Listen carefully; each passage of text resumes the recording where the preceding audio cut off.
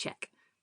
Or forming addictions to blot out the pain or numb our senses and so protect ourselves, waves.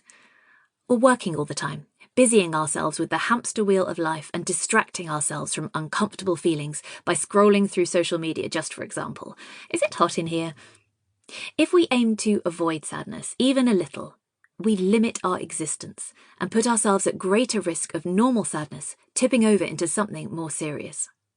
Suppressing negative or depressive thoughts to the extent that many of us probably do on a daily basis has been proven to backfire spectacularly, resulting in depressive symptoms, according to studies.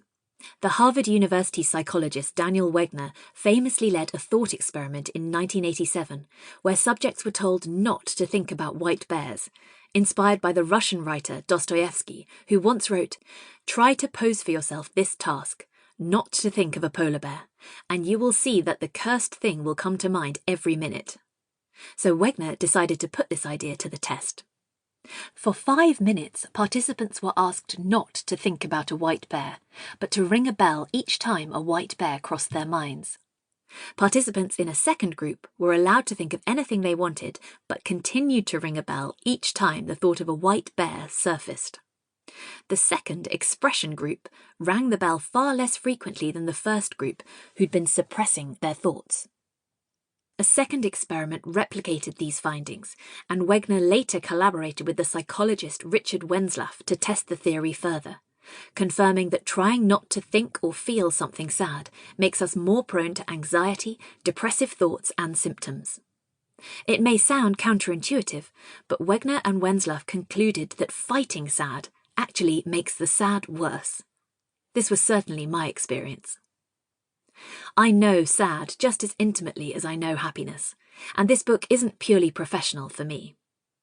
My first ever memory is the day that my sister died of sudden infant death syndrome, or SIDS. My parents split up soon after. I've had a sketchy relationship with my body and with food. I've had career setbacks, as well as relationships that have imploded in agonising ways. Infertility, IVF, and bed rest weren't exactly a hoot either. Even the things that have brought the greatest joy have also brought challenges. Challenges that have been harder to process than they might have been, because we don't tend to talk about sadness enough in our culture. Many of us will have been raised with the assumption that what we don't talk about can't hurt us, and for a long time, not talking about being sad was seen as a sign of strength. But really, the opposite is true. And learning how to be sad, better, is something we need right now, more than ever. At the time of writing, the world is on fire, in the grip of a global pandemic. Since the onset of the coronavirus, much of what we relied on and took for granted has gone. The enforced slowness of lockdown stripped everything back so that our internal dialogue could be heard more loudly, with no respite or escape to the busyness of normal life. Some have been separated from loved ones. Some are alone. Some are afraid.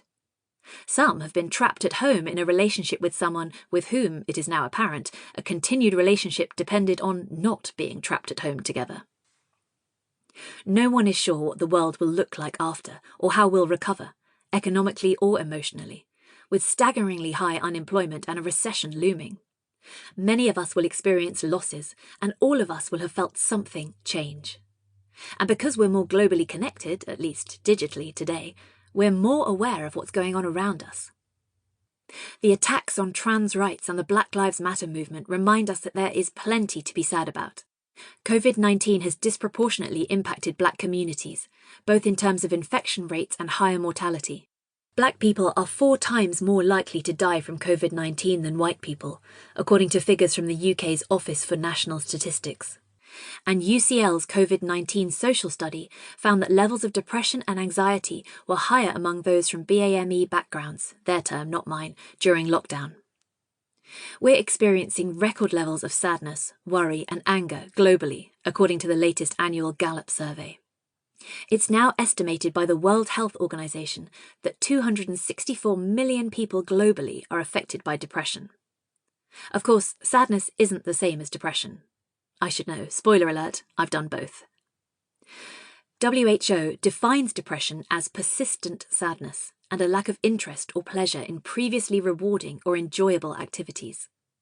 Depression often disturbs sleep and appetite, resulting in poor concentration.